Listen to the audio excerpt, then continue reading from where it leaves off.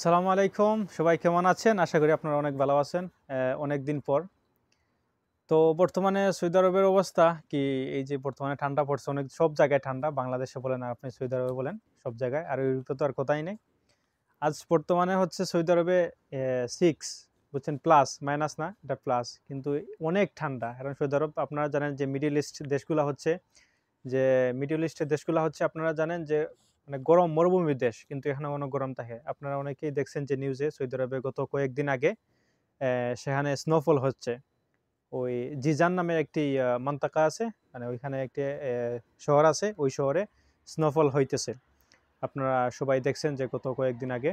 এখন আজ 6, হ্যাঁ, +6 ঠান্ডা, কিন্তু প্রচুর ঠান্ডা, সাথে আছে বাতাস এবং প্রচুর ঠান্ডা।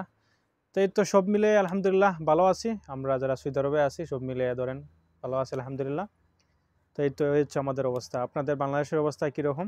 আপনারা সবাই বাংলা কমেন্টে নিচে সবাই কমেন্ট করে জানান। ওকে, আল্লাহ হাফেজ।